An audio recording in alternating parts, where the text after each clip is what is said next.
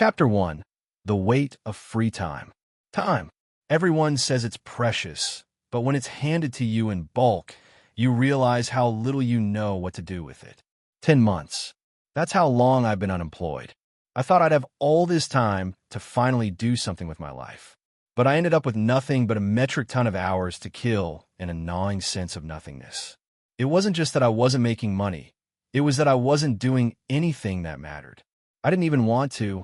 My routine, or rather, the lack of one, suffocated me. Depression?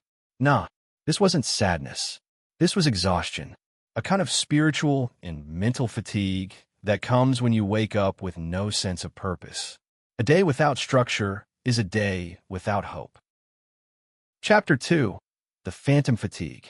I tell people I'm tired, but it's not the kind of tired they're thinking of. It's like I'm running a marathon without moving. Mental exhaustion isn't something you can see, but it's there, eating at you one wasted day at a time. I'd wake up at noon, stare at the ceiling for an hour, then scroll through my phone for another hour. It's not that I didn't have plans, I did. But no matter how many things I promised myself I'd do, nothing ever happened. I'd blink, and it'd be 8 p.m., and I'd wonder where the hell my day went. Chapter 3. The Routine That Never Came. People think that being unemployed is some kind of free ride. But let me tell you something, it's exhausting. No routine means your body doesn't know when to wake up, when to eat, or when to sleep.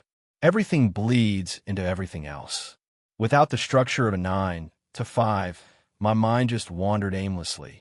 1,000 things I could do, but never enough energy to do any of them. It's a paralysis, but a silent one. You don't even realize it's happening until it's too late.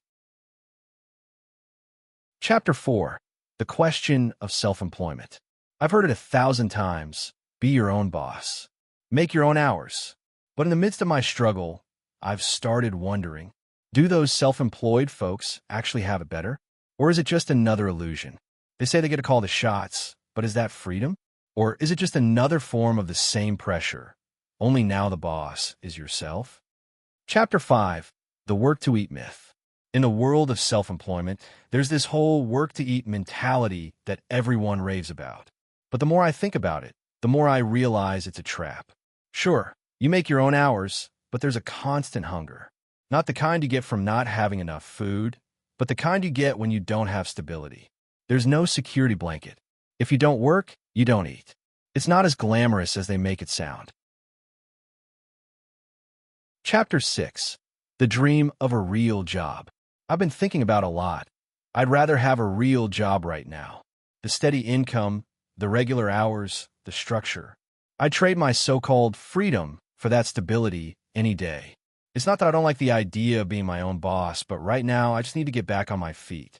A 9 to 5 may sound like a trap to some, but it's the kind of trap I need right now. Because it's not about the hours, it's about having purpose.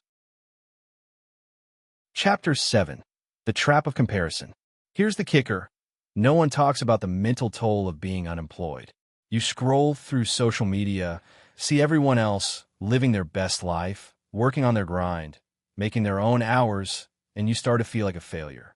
How are they making it work? How is their hustle real? Well, your lack of hustle feels like a complete breakdown. But you can't compare yourself to someone else's highlight reel. Not everyone has it together, no matter how perfect it seems on the surface. And sometimes it's okay to admit that you don't have it figured out. We don't talk enough about that.